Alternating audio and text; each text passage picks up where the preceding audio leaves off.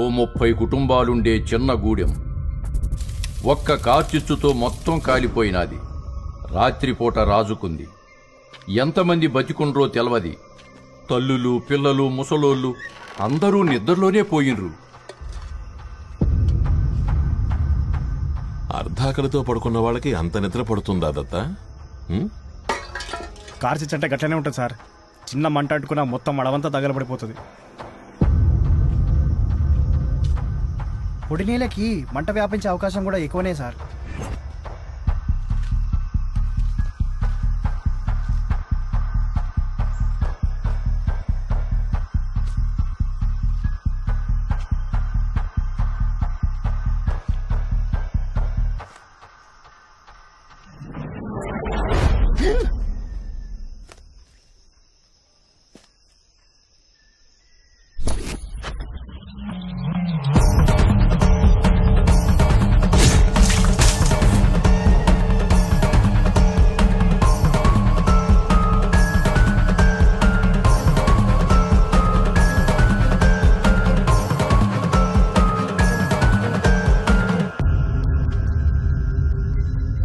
దత్తా, ఈదొచ్చా నీకు?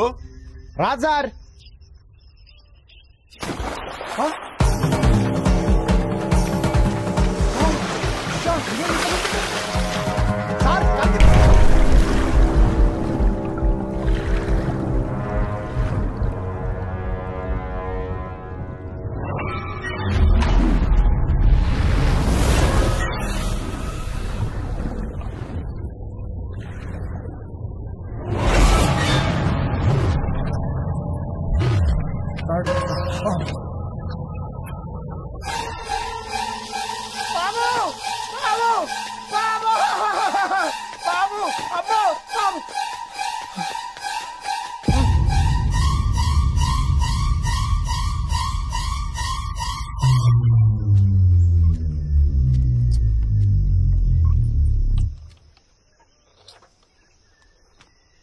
ఎడిపోయారు సార్?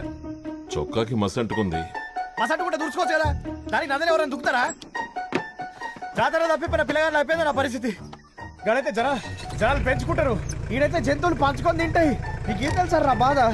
ఆ పాము మిమ్మల్ని కాపాడడానికి తాళరుకొని పామును పట్టుకున్నా. రాత బాగుంది కాబట్టి అది కాటేయలేదు.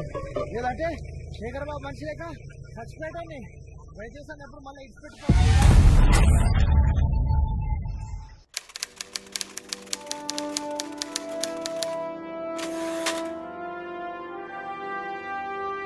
వచ్చిన రోజే గొడవలు చల్లార్చిన కల్కి చూస్తావా? ఈ వార్త నేనే రాస్తా. అవునండి, పేరు చూపెట్టాలా?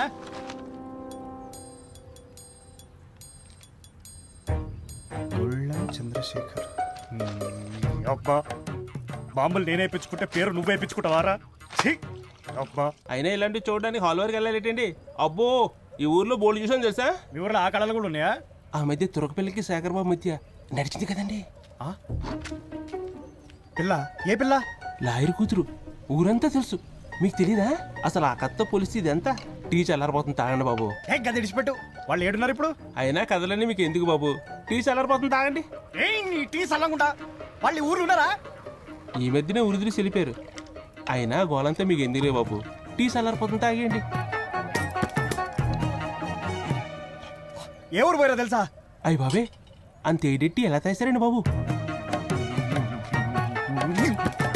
డబ్బులు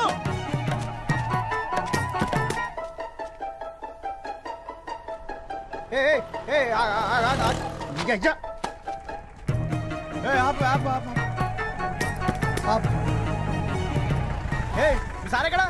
వెంకటేశ్వర థియేటర్లో సినిమా చూస్తున్నారు.